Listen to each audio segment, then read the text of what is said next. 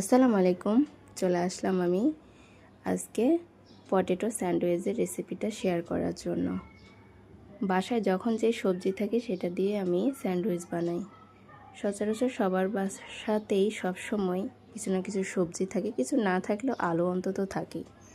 আমার বাসায় সেদিন শুধুমাত্র আলু ছিল, তো আলু দিয়েই আমি সম্পূর্ণ কাজটা করে ফেলি। আলুটা আমি কুচি করে কেটে নিয়ে তেলের মধ্যে মরিচ পেঁয়াজ দিয়ে ভেজে নিয়েছি। আমি একটু ঢাকনা দিয়ে ঢেকে দিয়েছিলাম ভাজি করার মাঝখানে, যাতে তেলটা একটু কম লাগে এবং দ্রুত সিদ্ধ হয়।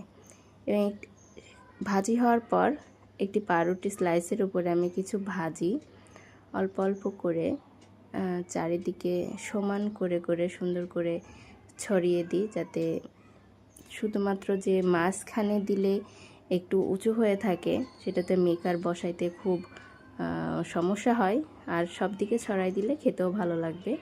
এর উপর আরেকটি আমি পাউরুটি স্লাইস দিয়ে দিই। দেওয়ার পর এরপর চলে যাব আমি স্যান্ডউইচ মেকারে আমি ভালোভাবে পাউরুটিগুলো দিয়ে কিছুক্ষণের জন্য রেখে দিব। যখনই রেড লাইটটা জ্বলে উঠবে তার মানেই তো হয়ে গেল, এই তো হয়ে গেছে আমার স্যান্ডউইচ। এরপর সামান্য সস দিয়ে শুধুমাত্র পরিবেশনের পালা। ধন্যবাদ।